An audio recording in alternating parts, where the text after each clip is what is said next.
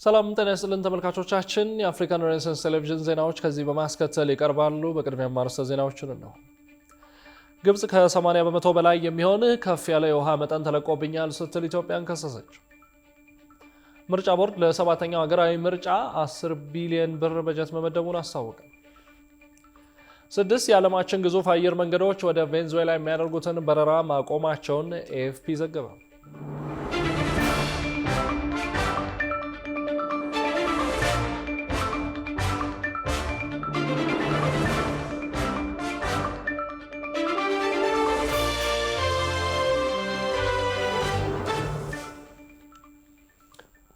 ወደ ተመልካቾቻችን በእያላችሁበት የዓለም ጥግ ሰላምታችን ይድረስ። ይህ የአፍሪካን ሬኔሳንስ ቴሌቪዥን የዜና ሰዓት ነው። የተመራረጡ ዜናዎቻችንን ወደ እናንተ እናደርሳለን። አብራችሁ እንድትሆኑ የሚጋብዛችሁ ደግሞ የአብስራ ገዛኝ ነኝ።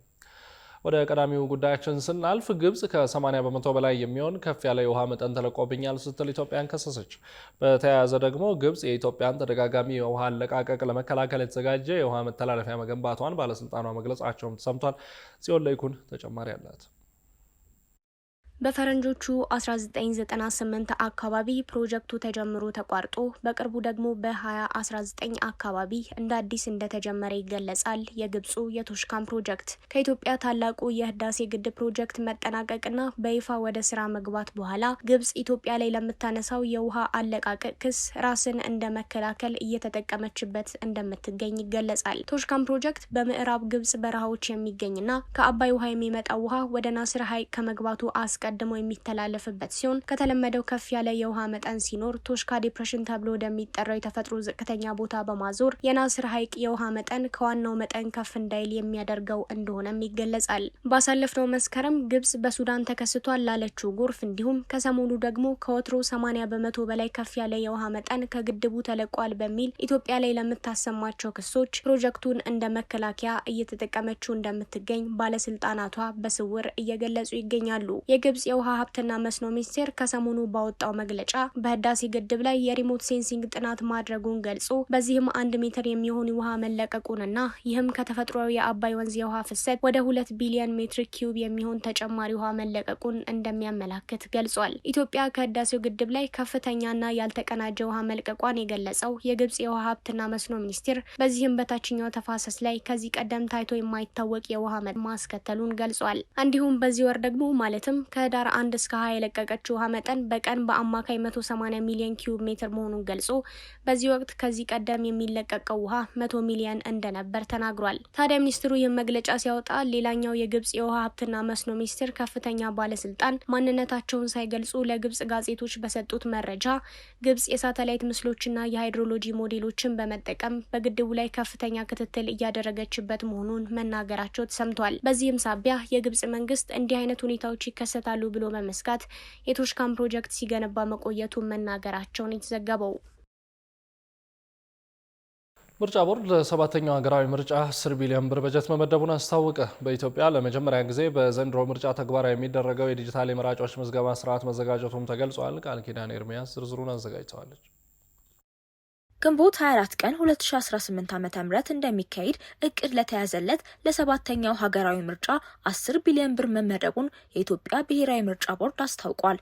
ምርጫ ቦርዱ ለሰባተኛው ሀገራዊ ምርጫ እያከናወናቸው ያሉ ዝግጅቶችን አስመልክቶ ለልማት አጋሮች ማብራሪያ ለመስጠት በገንዘብ ሚኒስቴር በተዘጋጀ መድረክ የተገኙት የቦርዱ ሰብሳቢዋ ወይዘሮ ሜላት ወርቅ ኃይሉ ነጻ፣ ፍትሐዊና ተአማኒነት ያለው ምርጫ ለማካሄድ የሚያስችሉ ማሻሻያዎች መደረጋቸውን ገልጸዋል። የህግ ማዕቀፍ፣ የቴክኖሎጂና ተቋማዊ አሰራሮች ላይ ትኩረት ያደረጉ ለውጦች መደረጋቸውንና እነዚህ ማሻሻያዎችም መጪውን ምርጫ ስኬታማ ለማድረግ የሚያግዙ ናቸውም ብለዋል። መንግስት ምርጫውን በሚመለከት ያለውን ቁርጠኝነት የገለጹት ወይዘሮ ሜላት ወርቅ ለምርጫው የሚሆን 10 ቢሊዮን ብር መመደቡ ብቻ ማሳያ መሆኑንም አስረድተዋል። በኢትዮጵያ ለመጀመሪያ ጊዜ በዘንድሮ ምርጫ ተግባራዊ የሚደረገው የዲጂታል የመራጮች ምዝገባ ስርዓት መዘጋጀቱን ያስታወቁት ሰብሳቢዋ የዲጂታል የምርጫ ጣቢያዎችን በሚመለከት ገለጻ ሲያደርጉ የሚያደርጉም ከ3G የኢንተርኔት አገልግሎት ጀምሮ የተዘረጋ መሆኑንም ገልጸዋል። የኤሌክትሪክ አቅርቦትና በብቃት የሰለጠኑ የምርጫ ሰራተኞች መኖራቸውንም ጭምር መሰረት ያደረገ መሆኑንም ተናግረዋል። በተጨማሪም ሴቶችን፣ አካል ጉዳተኞችን እንዲሁም የሀገር ውስጥ ተፈናቃዮችን በምርጫ ሂደቱ ተሳታፊ እንዲሆኑ ለማስቻል በትኩረት እየተሰራ መሆኑንና ይህም በመራጭነት ብቻ ሳይሆን በእጩነት ጭምር እንዲሳተፉ ማድረግ የሚያስችልም ነው ብለዋል። ከመራጮች ትምህርት ጋር በተገናኘ ቦርዱ ከሲቪል ማህበረሰብ ድርጅቶች ጋር ያለውን ትብብር በማጠናከር ላይ መሆኑን በውጭ ጉዳይ ሚኒስቴር አማካኝነት በሚደረግ እገዛም ዓለም አቀፍ ታዛቢዎች እንደሚጋበዙም ገልጸዋል። የገንዘብ ሚኒስቴር ዴኤታ የሆኑት ወይዘሮ ሰመሪታ ሰዋሰው በበኩላቸው ዲሞክራሲያዊ ምርጫ ማካሄድ ህገ መንግስታዊ መብትን ለማስጠበቅና የሀገርን ሰላም ለማረጋገጥ ያለው አስተዋጽኦ ከፍተኛ መሆኑንም ተናግረዋል። አክለውም የልማት አጋሮች በገንዘብና በሌሎች ጉዳዮች ለሚያደርጓቸው ድጋፎች ምስጋና አቅርበዋል። ብሔራዊ ምርጫ ቦርድ የ7ኛውን ሀገራዊ ምርጫ ዝርዝር ስራዎች የሚከናወኑበት ረቂቅ የጊዜ ሰሌዳ በማዘጋጀት ከተለያዩ የባለድርሻ አካላት ጋር ውይይት ሲያደርግም ቆይቷል። በረቂቅ የጊዜ ሰሌዳው እንደተገለጸው ታዲያ ዋናው የድምጽ መስጫ ቀን ግንቦት 24 ቀን 2018 ዓ.ም ነው። ቦርዱ ለምርጫ ሂደቱ ቅድመ ዝግጅት ስራዎችን ማከናወን የጀመረው ከ2017 ዓ.ም ጀምሮ መሆኑ የተገለጸ ሲሆን አሁንም የምርጫ ክልል አስፈጻሚዎችን ቅጥርና ሌሎች ስራዎችን እያከናወነ መሆኑንም ገልጿል። 6 የዓለማችን ግዙፍ አየር መንገዶች ወደ ቬንዙዌላ የሚያደርጉትን በረራ ማቆማቸውን ኤኤፍፒ ዘገበ። በሌላ ዜና በናይጄሪያ በታጣቂዎች ከታገቱ 315 ተማሪዎች መካከል 50ዎቹ ማምለጣቸውንም ኤኤፍፒ ዘግቧል። የውጭ ትንታኔና ዓለም አቀፍ ጉዳዮች ዘጋቢያችን ቃል ኪዳን ይጥና ጉዳዩን በዝርዝር ተመልክቶታል።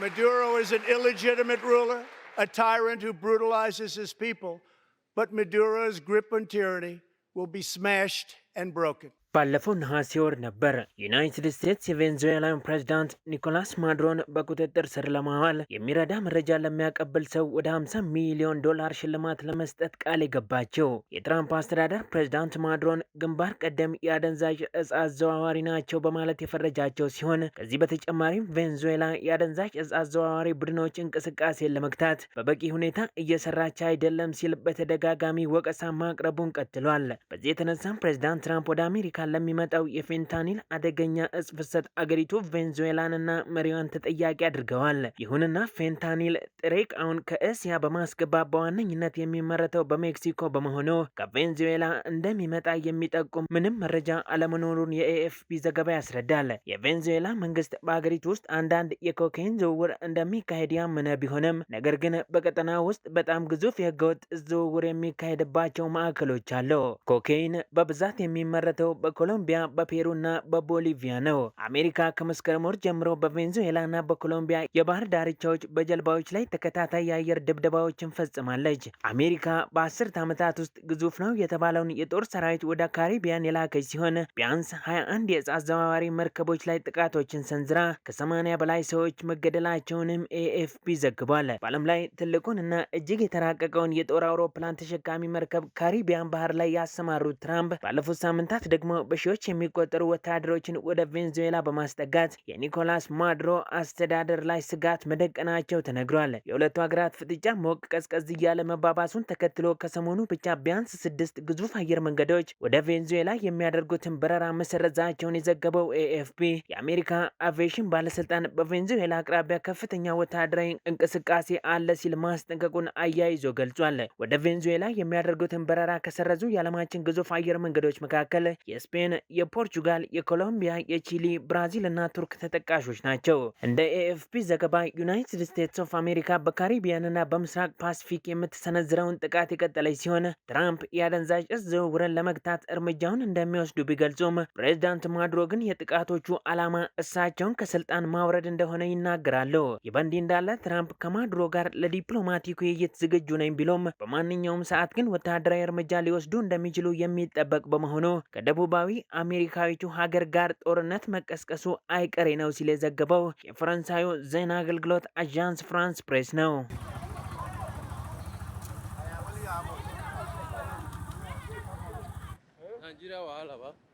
በሌላ ዜና በናይጄሪያ ኒጀር ግዛት ከሚገኝ የካቶሊክ ትምህርት ቤት ባለፈው አርብ በታጣቂዎች ከታገቱት 315 ተማሪዎች መካከል 50ዎቹ ማምለጣቸውን ኤኤፍፒ ዘግቧል። የናይጄሪያ ክርስቲያኖች ማህበር ያመለጡት ተማሪዎች ከቤተሰቦቻቸው ጋር መቀላቀላቸውን ያስታወቀ ሲሆን አሁንም በአጋቾቹ ቁጥጥር ስር ያሉትን 265 ህጻናትና 12 መምህራንን ለማግኘት የሀገሪቱ ጦር ከፍተኛ አሰሳ እያካሄደ መሆኑን መንግስት ገልጿል።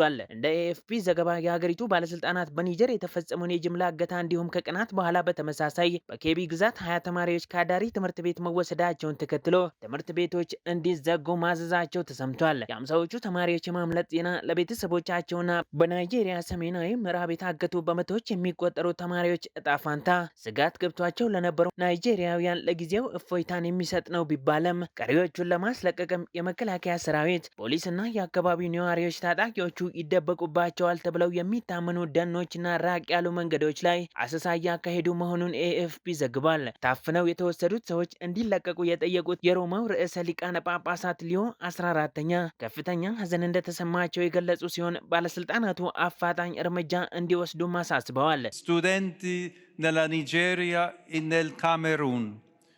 Sento forte il dolore soprattutto per i tanti ragazzi. በዚህ ወር መጀመሪያ ላይ ትራምፕ የናይጄሪያ መንግስት ክርስቲያኖች እንዲገደሉ መፍቀዱን ከቀጠለ ወታደሮቻቸውን እንደሚልኩ ዝተው የነበር ሲሆን ፕሬዝዳንት ቦላ ቲኑቡም አገራቸው የገጠማትን የጸጥታ ጉዳዮች ለመፍታት በሚል በሳምንቱ መጨረሻ በደቡብ አፍሪካ በተካሄደው የቡድን 20 ጉባኤ ላይ ሳይሳተፉ መቅረታቸው የሚታወስ ነው። ቻይና በ2025 የመጀመሪያ አጋማሽ ብቻ በአፍሪካ ከ30 ቢሊዮን ዶላር በላይ የግንባታ ኮንትራቶችን ፈርማለች ተባለ። ይህ ደግሞ ካለፈው ዓመት ተመሳሳይ ወቅት በ5 እጥፍ ይበልጣል ያለው የብሉምበርግ ዘገባ አፍሪካ እያሳየች ባለችው እድገትና ባሉት የወጣቶች ብዛት የዓለምን ትኩረት እየሳበች ስለመሆኑም ተገልጿል። ብዙን እንዳለ የብሉምበርግ ዘገባ እንደሚከተለው አዘጋጅቶታል። አፍሪካ በዓለም ዙሪያ ካሉ ባለሀብቶች ከፍተኛ ትኩረት እያገኘች ስለመሆኑ ይደመጣል። 54 ሀገራትን ያቀፈችው አህጉሪቱ በዓለም ላይ አሉ በተባሉ ባለሀብቶች በዚህ ዓመት ብቻ በ10 ቢሊዮን የሚቆጠር ዶላር በአፍሪካ ኢንዱስትሪዎች ላይ ፈሰስ ስለማድረጋቸው በአፍሪካ ኢንቨስት ለማድረግ ያሉ አደጋዎችና እድሎች በሚል ብሉምበርግ በሰፊው ባዘጋጀው ሪፖርት ላይ ተገልጿል። በእስያ በአውሮፓና በመካከለኛው ምስራቅ የሚገኙ ሀያላን የመንግስት አካላትና የንግድ ማህበረሰብ የአህጉሪቱን ወጣት የህዝብ ብዛትና ፈጣን የኢኮኖሚ እድገት በቁጥጥራቸው ስር በማድረግ መምራት እንደሚፈልጉም ይገለጻል። እንደ አንድ ሪፖርት ከሆነ ቻይና ብቻዋን በ2025 የመጀመሪያው አጋማሽ ላይ በአፍሪካ ከ30 ቢሊዮን ዶላር በላይ የግንባታ ኮንትራቶችን ፈርማለች። ይህም ካለፈው ዓመት ተመሳሳይ ወቅት ጋር ሲነጻጸር በ5 እጥፍ እንደሚበልጥ ይገለጻል። ከ1.6 ቢሊዮን ህዝብ በላይ መኖሪያ የሆነችው አፍሪካ የተባበሩት መንግስታት ባወጣው ቁጥራዊ መረጃ በ27 ይህ ቁጥር ከእጥፍ በላይ በማደግ ወደ 3.2 ቢሊዮን እንደሚደርስም ይጠበቃል። ከፍተኛ የሆነው ይህ የህዝብ ቁጥር ቢኖርም ከሰራተኛው ኃይል 1/3 ስራ አጥ መሆኑ ከፍተኛ ስጋትም ሆኗል። በዚህም ምክንያት አህጉሩ አብዛኛዎቹ ወጣቶች መደበኛ ባልሆነ ዘርፍ ውስጥ ስራ ለማግኘት እንደሚገደዱ ብሉምበርግ ገልጿል። የአፍሪካ አህጉራዊ ነጻ የንግድ ቀጠና በ2021 በይፋ እየተዋወቀ ሲሆን በ2035 ሙሉ ለሙሉ ተግባራዊ እንደሚሆን ይጠበቃል። ይህም በዓለም ላይ ትልቁ ነጻ ንግድ ቀጠና መስመር በመሆን ወደ 3.4 ትሪሊዮን ዶላር የሚጠጋ ገበያ መዳረሻንም እንደሚከፍት ይጠበቃል።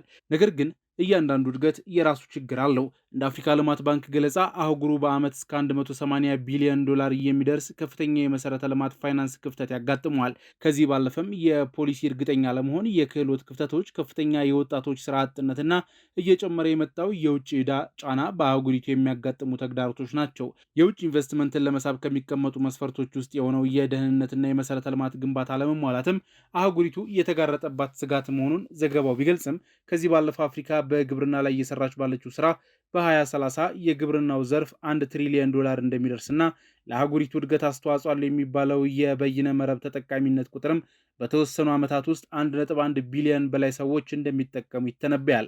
የዘርፉ ባለሙያዎች በአፍሪካ እድገት ላይ ከሚያነሷቸው ጉዳዮች ሌላኛው በአህጉሪቱ ያሉ ሀገራት የእርስ በርስ ግብይት ዝቅተኛ መሆን ነው። በአፍሪካ ያለው የግብይት ትስስር ከ14 በመቶ እስከ 16 በመቶ ብቻ መሆኑን በማንሳት ይህ ዝቅተኛ ቁጥር በጊዜ ሂደት የሚለወጥ ከሆነ ለእድገቱ ምክንያት እንደሚሆንና ለማሳያም የአውሮፓ የውስጥ ለውስጥ ንግድ 75 በመቶ መድረሱን ያስቀምጣሉ። አፍሪካ ዛሬ በዓለም ላይ ከሚታወቁት የማዕድን ሀብቶች ውስጥ 30 በመቶ ያህሉን ትይዛለች። የአፍሪካ ሰፊ የማዕድን ክምችት እንደ ኮባልት፣ ሊቲየም እና መዳብ ያሉ በዓለም አቀፍ ደረጃ ወደ ንጹህ ኢነርጂ በሚደረጉ ሽግግሮች ውስጥ ከጊዜ ወደ ጊዜ በጣም አስፈላጊ እየሆኑ መጥተዋል። ለእነዚህ ወሳኝ ማዕድናት ፍላጎት እየጨመረ በመምጣቱም አህጉሪቱ የኢኮኖሚዋ የወደፊት ዕጣ ፈንታ እንደገና ሊገለጽ የሚችል የለውጥ ነጥብ ላይ ትገኛለች ይሏታል።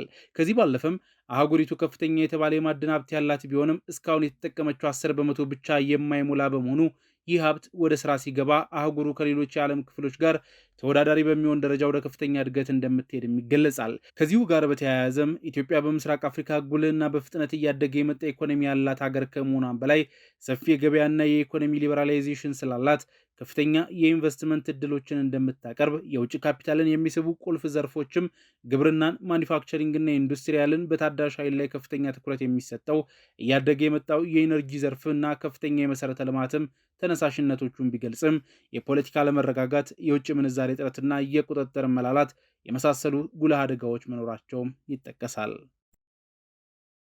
ፈረስ ትራንስፖርት በፈረስ ማይልስ የልገሳ ፕሮግራም ለ7 ተቋማትና ለግለሰቦች በድምሩ ከ3.5 ሚሊዮን ብር በላይ ድጋፍ አደረገ። ፈረስ ትራንስፖርት የፈረስ ደንበኞች የትራንስፖርት አገልግሎት በሚጠቀሙበት ጊዜ 5 ማይልስ ቅናሽ በማድረግ የተመለሰላቸውን 5 ብር ለመረጡት የበጎ አድራጎት ማህበር እንዲያደርጉ ባዘጋጀው መርሃ ግብር አማካኝነት ባለፈው 1 ዓመት ከ3.5 ሚሊዮን ብር በላይ ማሰባሰብ መቻሉን አስታውቋል። የፈረስ ማይልስ አገልግሎት በፈረስ አፕሊኬሽን አማካኝነት የሚሰራ ሲሆን ይኸው ፕሮግራም በ4ኛ ዓመት ለ4ኛ ጊዜ የተደረገ መሆኑንም የፈረስ ትራንስፖርት ዋና ኦፕሬሽን ኃላፊ አቶ የሸዋስ አባተ ተናግረዋል። እኛ ጋር እያንዳንዱ አፕ ዩዘር ከ3 ሚሊዮን በላይ አፕ ዩዘሮች አሉ። ፈረስ ትራንስፖርት አፕሊኬሽን ለሚጠቀሙ መተግበሪያውን ለሚጠቀሙ ደንበኞቹ የ5% ፈረስ ማይልስ ይሰጣቸዋል። ስለዚህ እያንዳንዱ አፕ ተጠቃሚ ስልክ ላይ 500ም 400ም ወይ 1000ም የፈረስ ማይልስ አላቸው። ይህን የፈረስ ማይልስ ለጉዞ እንዲሁም ለስልክ ለአየር ሰዓት ለመሙላት ይጠቀሙበታል። እኛ ደግሞ ምንድን ያደረግነው በተጨማሪ ለበጎ አድራጎት እንዲለግሱትና እኛ ደግሞ በማይልሱ ተመጣጣኝ የሆነ ገንዘብ ለበጎ አድራጎት ተቋማቱ እናስገባለን ማለት ነው። ስለዚህ በቀላሉ ማይልስ ይለግሳሉ። እኛ ደግሞ በማይልሱ ኢኩቫለንት የሆነ አማውንት 3.6 ሚሊዮን ብር ለበጎ አድራጎት ተቋማታችን እንሰጣለን ማለት ነው። ፈረስ ትራንስፖርት ይህንን የፈረስ ማይልስ የድጎማ አገልግሎት በተለያዩ ዓመታት ውስጥ ለተለያዩ በጎ አድራጎት ድርጅቶች የሚሰጥ ሲሆን በ2025 ዓመት ዙር ለመቄዶንያ የአረጋውያንና የአእምሮ ህሙማን መርጃ ማዕከል፣ ለቢላሉ ሀበሽ፣ ባቡል ኸይር፣ የኢትዮጵያ ህዳሴ ግድብ፣ ስለ እናት በስራ ላይ ላለው ጉዳት ለደረሰበት የፈረስ አሽከርካሪ እንዲሁም ለኢትዮጵያ ካንሰር አሶሲዬሽን ድጋፍ አድርጓል። ተራ በተራ ነው። አሁን ለምሳሌ 7 ካምፓኒዎች በጎ አድራጎት ተቋማት ገብተዋል። በሚቀጥለው ደግሞ ሌሎች ይገባሉ። ተራ በተራ ሁሉም በጎ አድራጎት ተቋማት ይገባሉ። በዚህም እንዳልኩት አሁን በመቄዶንያ እንኳን 1.8 ሚሊዮን ብር ተሰብስቦለታል በቀላሉ ማለት ነው፣ ያለምንም ልፋት። ስለዚህ እኛ ቴክኖሎጂያችንን ለበጎ አድራጎት ስራ ተጠቀምነው ማለት ነው። አቶ የሸዋስ እንደገለጹት በተለያዩ ዓመታት ውስጥ ፈረስ የተለያዩ ድርጅቶችን በተራ እንደሚያሳትፍ የገለጹ ሲሆን በዚህም በ2026 ዓመት ወደ አፕሊኬሽኑ የሚገቡ አዳዲስ የበጎ አድራጎት ተቋማትን በመርሃ ግብሩ ላይ ይፋ አድርጓል። ክቡራትና ክቡራን ተመልካቾቻችን አሁንም የአፍሪካን ሬኔሳንስ ቴሌቪዥን ዜናዎች እንደቀጠሉ ናቸው። ወደ ቀጣዮቹ ጉዳዮቻችን ከመሻገራችን በፊት ይፋዊ የማህበራዊ ገጾቻችንን ልናስታውሳችሁ እንወዳለን። በቴሌቪዥን ስርጭት ያለፏቸውን ፕሮግራሞቻችንን ከ1.7 ሚሊዮን በላይ ሰብስክራይበሮች ባሉት አርትስ ቲቪ ወርልድ ዩቲዩብ ገጻችን በኩል ልትከታተሉ ትችላላችሁ። በተጨማሪም በርካታ ተከታዮችን ባፈራንባቸው በፌስቡክ፣ በቀድሞ ትዊተር እና በአሁኑ ኤክስ እንዲሁም በቲክቶክ እና ኢንስታግራም ገጾቻችን በኩል ቤተሰብ መሆን ትችላላችሁ። ከቆይታ በኋላ ከ55,000 በላይ ተሳታፊዎችን ያስተናገደው ታላቁ ሩጫ በኢትዮጵያ ከተለያዩ ሀገራት የመጡ ተሳታፊ እንግዶችን ይዞ በደማቅ ሁኔታ መጠናቀቁን ጨምሮ የተመራረጡ ስፖርታዊ መረጃዎችን ወደ እናንተ እናደርሳለን። ይጠብቁን። አሃዱ ባንክ በርካታ ተግዳሮቶች ባሉበት ከባቢ ውስጥ በ2017 ዓ.ም ከታክስ በፊት ከ500 ሚሊዮን ብር በላይ ማትረፉን አስታወቀ። ባንኩ የባለ አክሲዮኖች 4ኛ መደበኛና 2ኛ አስቸኳይ ጠቅላላ ጉባኤውን በሚሊኒየም አዳራሽ ባከናወነበት ወቅት በበጀት ዓመቱ በበርካታ የባንክ ስኬት መለኪያዎች ይበል የሚያስብል ውጤት ማስመዝገቡን ለመገናኛ ብዙሃን ይፋ አድርጓል። ውጤቱ የተመዘገበው ብዙ ፈታኝ ሁኔታዎች ታልፈው ነው ሲል አሃዱ ባንክ ያስታወቀ ሲሆን በተለይም ተቆጣጣሪው አካል ከሚያወጣቸው ለውጦች ጋር ባንኩ እንዴት ራሱን በፍጥነት እያላመደና ከለውጦቹ ጋር እየተራመደ ይህንንም ሲያደርግ የደንበኞቹን ቁጥር በአስተማማኝ ደረጃና በዘላቂነት እያሳደገ መሆኑን አሳይቶበታል ይገኝበታል ብሏል በመግለጫው። በዚህም የአህዱ ባንክ የ2017 በጀት ዓመት ተቀማጭ ገንዘብ ከቀዳሚ ዓመት ጋር ሲነጻጸር የ41 በመቶ እድገት በማስመዝገብ 7.88 ቢሊዮን ብር መድረሱ የተገለጸ ሲሆን በውጭ ምንዛሬ ግኝት ረገድም ባንኩ በሂሳብ ዓመቱ ከ88.2 ሚሊዮን ዶላር በላይ መሰብሰብ መቻሉን ተመላክቷል። ይህም ከባለፈው ዓመት ተመሳሳይ ወቅት ጋር ሲነጻጸር የ10.3 በመቶ እድገት አስመዝግቧልም ተብሏል። በመላው ኢትዮጵያ የቅርንጫፎቹን ብዛት 102 በማድረስ 1.1 ሚሊዮን ደንበኞችን ማፍራት መቻሉን የገለጸው አህዱ ባንክ የተከፈለ ካፒታሉ 1.13 ቢሊዮን ብር መሆኑን የተገለጸ ሲሆን ጠቅላላ ዕዳው ደግሞ 8.55 ቢሊዮን ብር መሆኑን ጠቅላላ ጉባኤውን ባከናወነበት ወቅት ለመገናኛ ብዙሃን ይፋ አድርጓል ሲል የዘገበው ባልደረባችን ቃል ኪዳን ይጥና ነው። ተክለ ሃይማኖት ጠቅላላ ሆስፒታል 25ኛ ዓመት የምስረታ በዓሉን እያከበረ ይገኛል። ሆስፒታሉ የምስረታ በዓሉን ከህዳር 14 ቀን እስከ ግንቦት 18 ቀን በተለያዩ በጎ አድራጎት ተግባራት በነጻ ሕክምና እንዲሁም በተመራረጡ ቀናት ለሚወልዱ እናቶች ልዩ ሽልማትና ልዩ የሕክምና ቅናሽ እንደሚኖርም ገልጿል።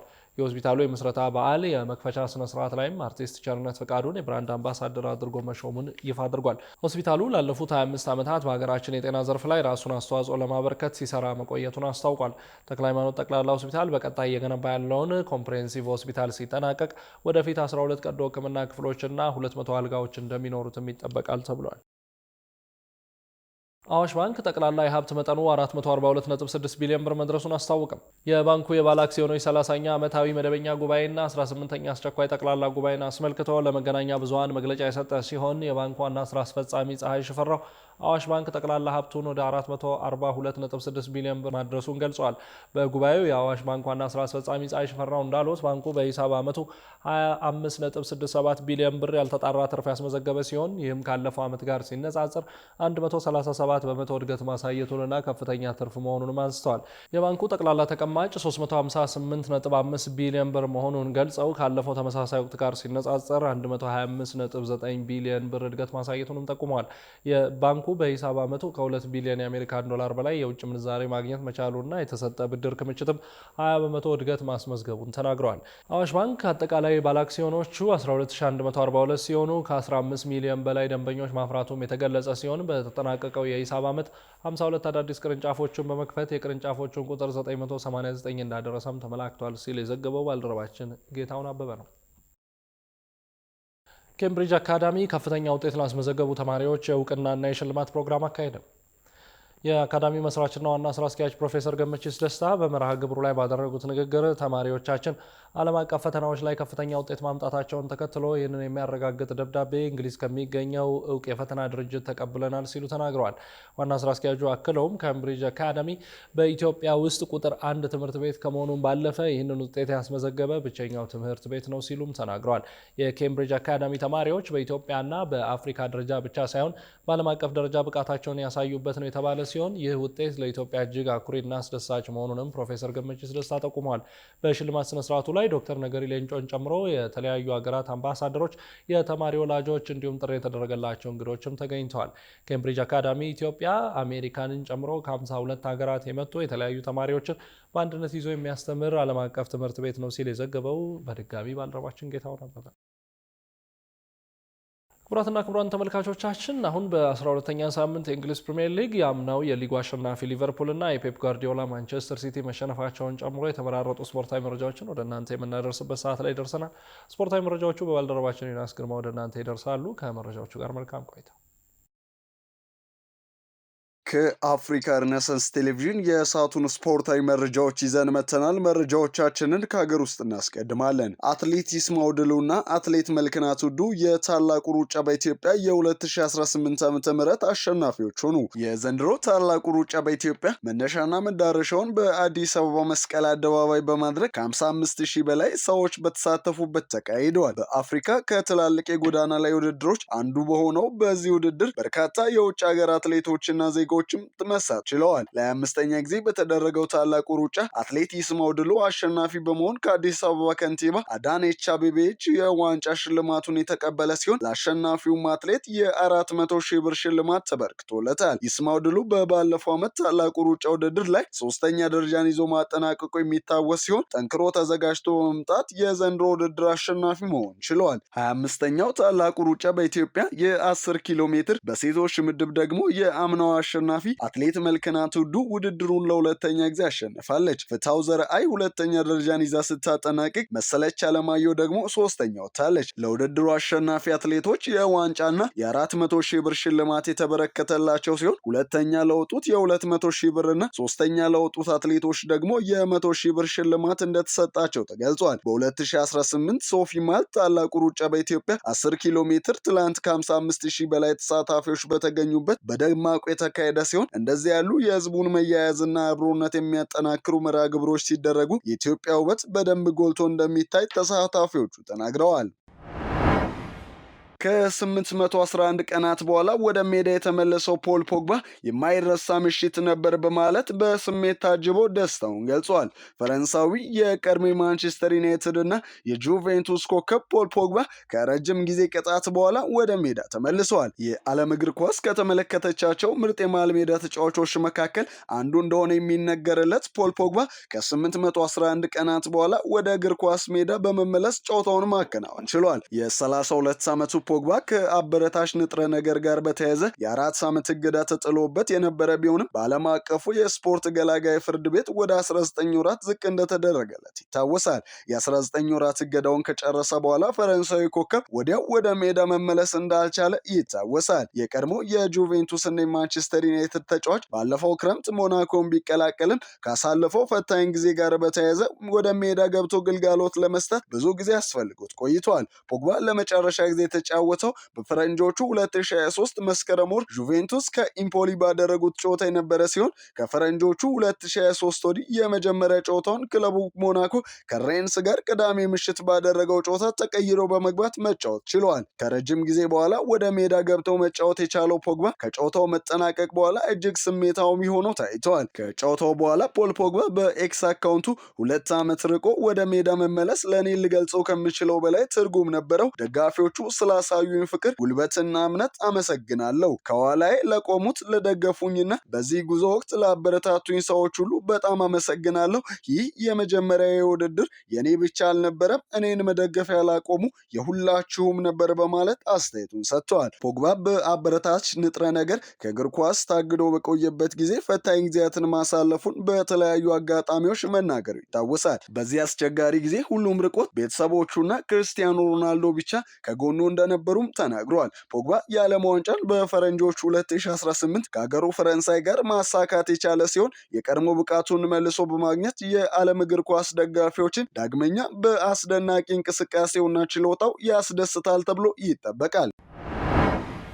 የ12ኛ ሳምንት የእንግሊዝ ፕሪሚየር ሊግ ጨዋታዎች በሳምንቱ መጨረሻ ቀናት ሲካሄዱ ሊቨርፑል እና ማንቸስተር ሲቲ ሽንፈት ሲያስተናግዱ የሊጉ መሪ አርሴናል ድል ቀንቶታል። በ12ኛ ሳምንት የእንግሊዝ ፕሪሚየር ሊግ በሜዳው ከኖቲንጋም ፎረስት ጋር የተጫወተው ሊቨርፑል በውድድር ዓመቱ በሊጉ ብቻ ለ6ኛ ጊዜ ሽንፈት አስተናግዷል። በአንፊልድ ሮድ ስታዲየም በተደረገው ጨዋታ ሙሪሎ፣ ኒኮሎ ሳቮና እና ጊብስ ዋይት የኖቲንጋም ፎረስትን የማሸነፊያ ግቦች ከመረብ አሳርፈዋል። ሆላንዳዊ አሰልጣኝ አርኔ ስሎት በሊጉ 50ኛ ጨዋታቸውን ባደረጉበት ምሽት አሁንም ከገቡበት የውጤት ቀውስ መውጣት ያልቻሉ ሲሆን በሊጉ የደረጃ ሰንጠረዥም ወደ 11ኛ ዝቅ ብለዋል። ኖቲንጋም ፎረስት ባለፈው ዓመትም ሊቨርፑልን በሜዳው 1-0 አሸንፎት እንደነበር የሚታወስ ሲሆን ከባለፉት 7 የሊግ ጨዋታዎች በ6ቱ የተሸነፉት የ47 ዓመቱ አሰልጣኝ በመጡበት ዓመት የፕሪሚየር ሊጉን ዋንጫ ቢያነሱም አሁን ላይ ከፍተኛ የሆነ ጫና በርትቶባቸዋል። በጨዋታው በክረምቱ የተጫዋቾች የዝውውር መስኮት የሊጉ ክብረ ወሰን በሆነ ዋጋ 130 ሚሊዮን ፓውንድ ወጥቶበት ወደ አንፊልድ የደረሰው አሌክሳንደር አይዛክ በቋሚነት ቢጀምርም ምንም ነገር መፍጠር ሳይችል ተቀይሮ ለመውጣት ተገደዋል። በሌላ መርሃ ግብር ማንቸስተር ሲቲ በኒውካስትል ዩናይትድ 2-1 ተሸንፏል። በሴንት ጄምስ ፓርክ ስቴዲየም በተደረገው ጨዋታ ሃርቪ ባርነስ የኒውካስትል ዩናይትድን የማሸነፊያ 2 ግቦች አስቆጥረዋል። ሃርቪ ባርነስ ከ23 ዓመት በኋላ ማንቸስተር ሲቲ ላይ 2 ግብ ያስቆጠረ የመጀመሪያው የኒውካስትል ተጫዋች ሲሆን ለመጨረሻ ጊዜ በአንድ ጨዋታ ሲቲ ላይ 2 ግብ ያስቆጠረው ተጫዋች አለን ሸረር እንደነበር ይታወሳል። 3ቱ ግቦች በ6 ደቂቃ ልዩነት በተቆጠሩበት ጨዋታ ሩበን ዲያዝ የሲቲን ብቸኛ ግብ ከመረብ አሳርፈዋል። አሰልጣኝ ፔፕ ጋርዲዮላ ከሊጉ መሪ አርሴናል ጋር ያለውን የነጥብ ልዩነት ያጠባል ተብሎ ቢታሰብም በኒውካስትል ዩናይትድ ሽንፈት አስተናግዶ የነጥብ ልዩነቱን ወደ 7 ከፍ አድርጓል። በ12ኛ ሳምንት የእንግሊዝ ፕሪሚየር ሊግ የሳምንቱ ተጠባቂ ጨዋታ በሰሜን ለንደን ደርቢ አርሰናል ቶተንሃም ስፐርስን አስተናግዶ 4-1 በሆነ ውጤት አሸንፏል። ኤሚሬትስ ስቴዲየም ባደረገው ጨዋታ ኤቤርቼ ኤዜ 3 ግቦችን በማስቆጠር ሃትሪክ መስራት ሲችል ሊያንድሮ ትሮሳርድ ደግሞ ቀሪዋን ግብ ከመረብ ሲያሳርፍ በጨዋታው ሪቻርልሰን የቶተንሃምን ብቸኛ ግብ አስቆጥሯል። ከጨዋታው አንድ ቀን በፊት በነበራቸው ጋዜጣዊ መግለጫ ኤዜ ማን ነው በማለት ሊቀልዱ የሞከሩት የቶተንሃሙ አሰልጣኝ ቶማስ ፍራንክ በእንግሊዛዊ ተጫዋች ሃትሪክ በመስራት በሚገባ መልስ ሰጥቷቸዋል። 212ኛውን የሰሜን ለንደን ደርቢ በድል ያጠናቀቁት መድፈኞቹ ከተከታያቸው ቼልሲ ያላቸውን የነጥብ ልዩነት ወደ 6 በማስፋት ሊጉን በ29 ነጥብ እየመሩ ይገኛሉ። ቼልሲ በበኩሉ ከሜዳ ውጪ ከበርንሌ ጋር ተጫውተው 2-0 በማሸነፍ ወደ ሁለተኛ ደረጃ ከፍ ያለበትን ውጤት አስመዝግበዋል። በተርፍ ሞር በተደረገው ጨዋታ ፔድሮ ኔቶና ኢንዞ ፈርናንዴዝ የቼልሲን ማሸነፊያ ግቦች ሲያስቆጥሩ ከጨዋታው 3 ነጥብ ያገኙት ሰማያዎቹ በ23 ነጥብ ሁለተኛ ደረጃ ላይ መቀመጥ ችለዋል። ሊጉ ዛሬ ምሽት በሚደረግ አንድ ቀሪ ጨዋታ የሚጠናቀቅ ሲሆን ፖርቹጋላዊ አሰልጣኝ ሩበን አሞሪም በማንቸስተር ዩናይትድ የመጀመሪያ ጨዋታቸውን ባደረጉ ልክ በዓመታቸው ዛሬ ምሽት ከኤቨርተን ጋር ይጫወታሉ። የ12ኛ ሳምንት የእንግሊዝ ፕሪሚየር ሊግ ዛሬ በሚደረግ አንድ ጨዋታ ሲጠናቀቅ ባለፉት 5 ተከታታይ ጨዋታዎች ያልተሸነፈው ማንቸስተር ዩናይትድ ደረጃውን ለማሻሻል በኦልድ ትራፎርድ ምሽት 5 ሰዓት ላይ ከኤቨርተን ይጫወታል። ፖርቹጋላዊ አሰልጣኝ ሩበን አሞሪም በማንቸስተር ዩናይትድ የመጀመሪያ ጨዋታቸውን ባደረጉ ልክ በዓመታቸው ዛሬ ምሽት ከኤቨርተን ጋር ይጫወታሉ። ካደረጓቸው 11 የሊግ ጨዋታዎች በአራቱ የተሸነፉት ዴቪድ ሞይስ የቀድሞ ክለባቸውን የሚገጥሙ ሲሆን በምሽቱ ጨዋታ ቤንጃሚን ሼሽኮ እና ሃሪ ማጓየር እና ሊሳንድሮ ማርቲኔዝ በተመሳሳይ በጉዳት ከስብስቡ ውጭ ሲሆኑ የኮቢ ሜኖ እና ማቲያስ ኩና የመሰለፍ ጉዳይ ያልተረጋገጠ ሲሆን የሁለቱ ክለቦች ጨዋታ በኦልድ ትራፎርድ ስቴዲየም ምሽት 5 ሰዓት ላይ ይደረጋል። ውድ ተመልካቾቻችን የአፍሪካን ሬኔሳንስ ቴሌቪዥን የሰዓቱ ዜናዎች የተከታተላችሁትን ይመስሉ ነበር። ስለሰጣችሁን ጊዜ ከልብ እያመሰገንን ከዜናዎቹ ጋር የአብስራ ገዛኝ ቆይታ አድርጌያለሁ። ከቀሪ ጣቢያችን ዝግጅቶች ጋር መልካም ጊዜ ተመኘሁ።